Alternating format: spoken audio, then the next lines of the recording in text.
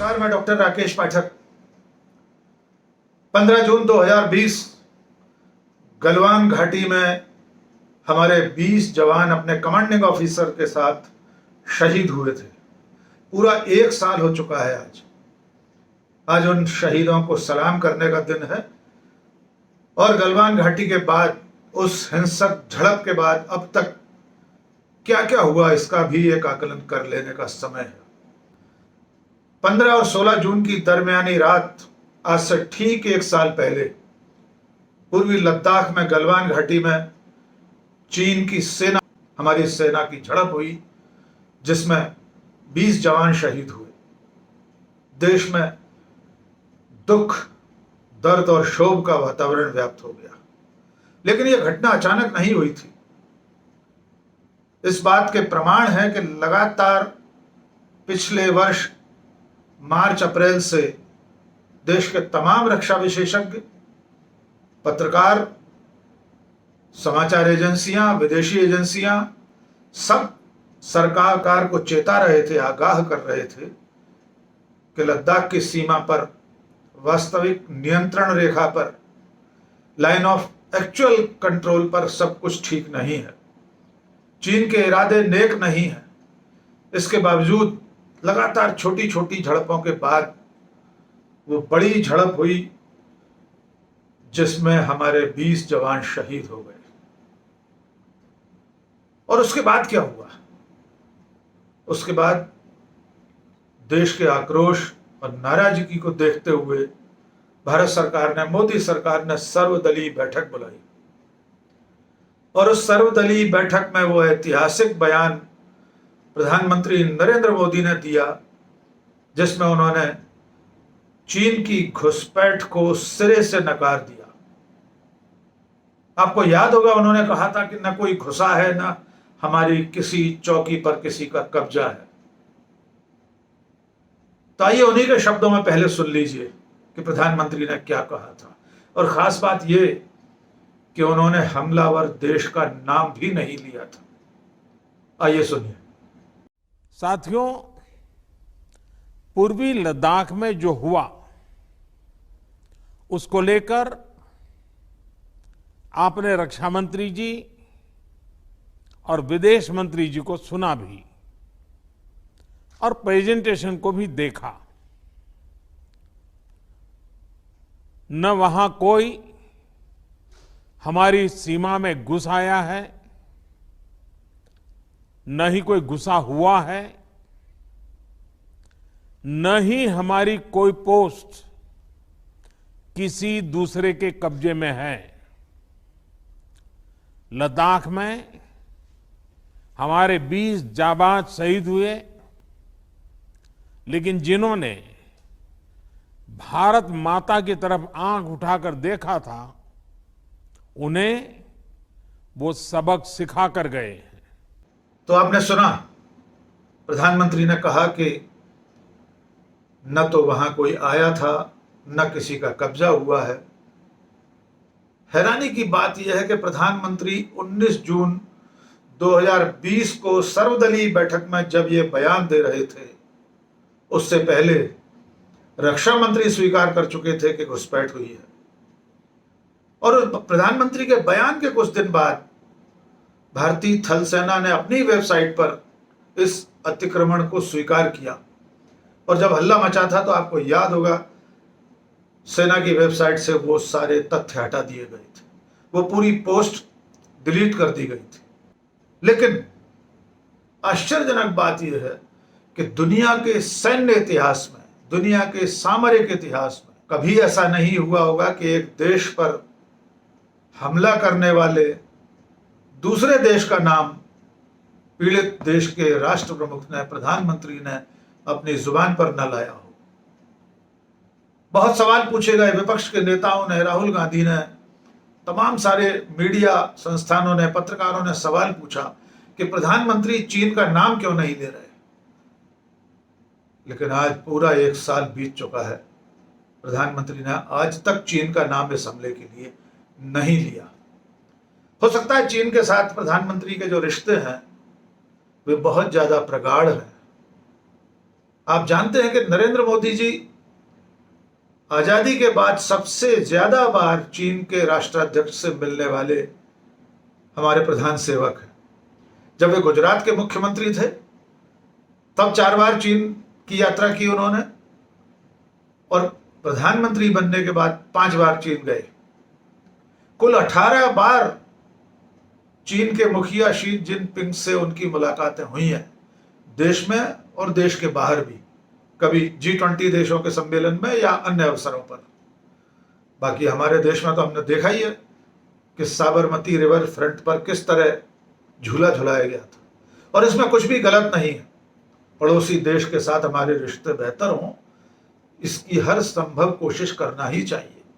लेकिन जब उस पड़ोसी देश के हमले में हमारे जवान शहीद हो जाए तब उसका नाम न लिया जाए तो ये बड़ा सवाल बनता है। गलवान घाटी के उस हमले के बाद भी हालात जस के तस हैं, कुछ भी नहीं बदला। इस बात की खबरें लगातार आती रही हैं कि चीन ने अपनी सेनाएं, अपना मोर्चा पीछे नहीं हटाया है। सरकार और सरकार के समर्थक मीडिया संस्थान लगातार यह दावा करते रहे हैं कि चीन पीछे हट गया है, जबकि सच्चाई यह है कि लाइन ऑफ एक्चुअल कंट्रोल पर चीन जस का तस है। 11 दौर की सैन्य और कूटनीतिक वार्ता हो चुकी है चीन के साथ, लगातार 11 दौर की बातचीत हो चुकी है। इसके बावजूद अगर द हिंदू की रिपोर्ट पर भरोसा किया जाए तो उसने आज लिखा है कि चीन ने आवास बना लिए हैं, बंकर बना लिए हैं, सड़कें बना ली हैं और चौकियां भी बना ली हैं। रूडोक, कांशीवार, ग्यांटसे, गोडमुख वगैरह जो इलाके हैं, वहां पर चीनी सेना ने अपना मोर्चा पहले से ज्यादा मजबूत कर लिया है। जो पेंगोंग त्सो झील का इलाका है, जिसको लेकर उस वक्त भी बहुत विवाद हुआ था, वहां पर चीन ने सिर्फ अपने डिवीजन बदले हैं। पहले 4वीं और 6वीं डिवीजन वहां तैनात थी और अब 8वीं और 11वीं डिवीजन तैनात कर दी है। लगातार वहां उसका युद्धाभ्यास चल रहा है, और न केवल लद्दाख गलवान घाटी बल्कि तिब्बत और अरुणाचल प्रदेश तक में चीनी सेना अपनी हरकतों से बाज नहीं आ रही है। हमारे 50,000 सैनिक पिछले 1 साल से LAC पर तैनात हैं, इसके बावजूद हालात सुधरे नहीं हैं। और इस 1 साल में क्या हुआ? सरकार ने चीन के खिलाफ माहौल बहुत बनाया। सरकार समर्थकों ने चीन के बहिष्कार का आह्वान किया, बहुत सारा हल्ला मचाया गया, चीन के ऐप पर बैन लगा दिया गया। हम सब जानते हैं, बहुत सारे बड़ी संख्या में ऐप टिकटॉक जैसे चल रहे थे, वे सब बैन कर दिए गए। क्या चीनी हमले के जवाब में सिर्फ ऐप पर प्रतिबंध लगाना, उस पर रोक लगाना ही पर्याप्त था?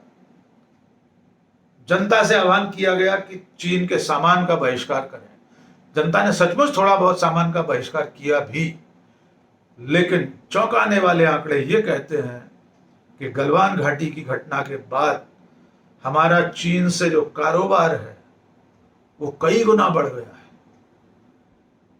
2020 से पहले हमारा जो द्विपक्षीय कारोबार था उसमें अमेरिका पहले नंबर पर था, दूसरे नंबर पर चीन था और तीसरे नंबर पर संयुक्त अरब अमीरात था। लेकिन अब चीन पहले नंबर पर है। ब्लूमबर्ग की रिपोर्ट यह कहती है कि चीन के साथ हमारे कारोबार में 77.7 अरब US डॉलर का कारोबार हुआ है, यानी पिछले वर्षों से ज्यादा। अमेरिका को पीछे छोड़कर चीन अब हमारा टॉप ट्रेड पार्टनर है, यानी पहले नंबर पर हमारा कारोबार चीन के साथ है। और इसमें भी हम आयात ज्यादा करते हैं, निर्यात कम कर रहे हैं। हमारा कुल चीन से जो आयात हुआ है वो 58 अरब डॉलर का आयात हुआ है, और निर्यात हमने किया 19 अरब डॉलर का।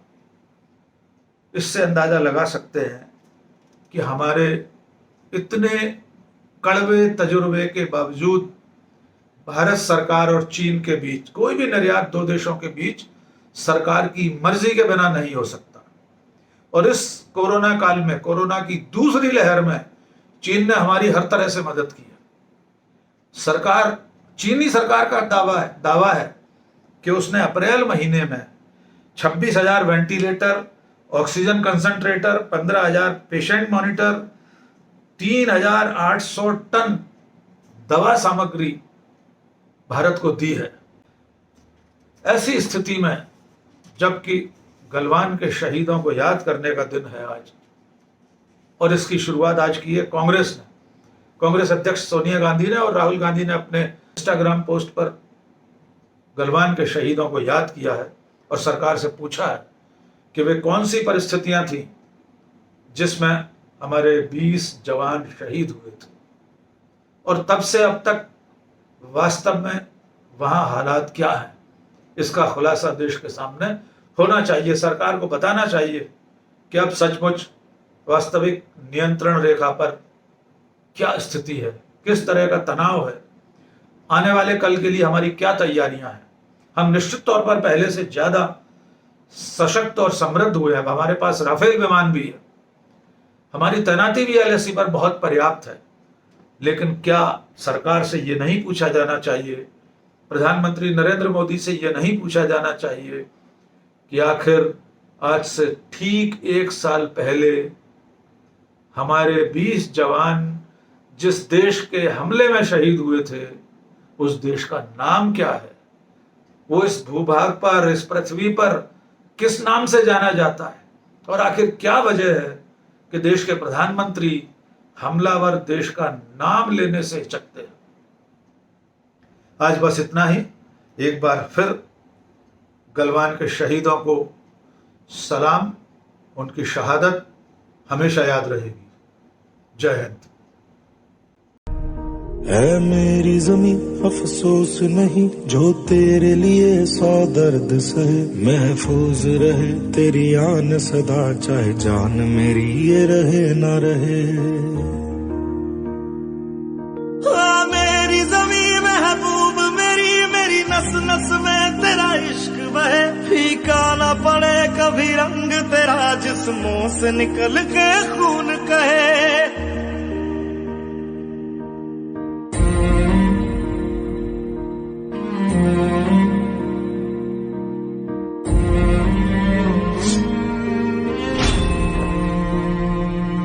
तेरी मिट्टी में मिल जावा, गुल बन के मैं खिल जावा, इतनी सी है दिल की आरज़ू।